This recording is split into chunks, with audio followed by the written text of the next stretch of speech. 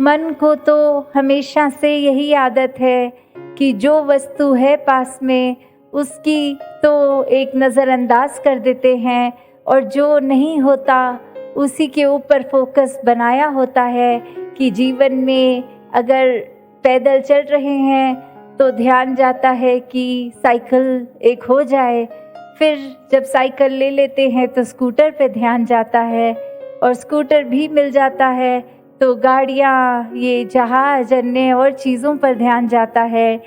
तो किस तरह मन वो शुक्राना भाव पे ज़्यादा देर टिक नहीं पाता कि ये वस्तु तो है, इसी में एक प्रभु का शुक्राना करके गुजारा बहुत अच्छे से चल रहा है, पर जो है ही नहीं उसके ऊपर ये ध्यान जाता रहता है कि काश ये भी होता, दूसरे की कोई जीवन में उपलब्धि दिख जाती है तो लगता है हमारा मन खाली है, उसके पास तो कितना भरपूर एक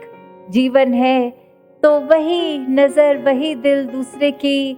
उपलब्धियों पर, दूसरों के पास क्या है उसके ऊपर जब टिक जाता है तो हम अंदर से अपने मन को तो खोखला कर लेते हैं। तो अपने मन को अगर हमने सिर्फ ऐसे ही उलझनों में उलझा रखना है तो हम अपना ये जो जीवन का समय न जाने कितना है, हम इस समय में नहीं जी रहे होते, बीइंग इन द मोमेंट वाली बात से नहीं जी रहे होते।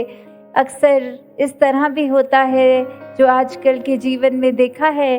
कि टेबल पे खाना तो पड़ा है, वो खाते खाते भी एक टेलीफोन पे लग के कोई कामकाज की बात ही हो रही है, कोई उस समय भी कि ये परमात्मा ने जब एक ठहराव के साथ चाह रहे हैं कि एक कार्य करके आगे दूसरे कार्य पे जाएं, पर हम वो भी नज़रअंदाज करके एक कार्य को दूसरा तीसरा न जाने कितने ये मल्टीटास्किंग अपनी कर करके, और रात को फिर सोने के समय भी अक्सर लेटे हुए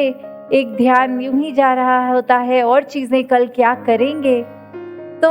जो समय है आज का समय, उसको तो हमने ना जाने और ख्यालों में, ये मोह माया में ही निकाल दिया। और फिर अगर एक सोच के देखा कि पूरे दिन में इस परमात्मा को याद भी किया कि नहीं, तो वो जवाब हम सबको पता होता है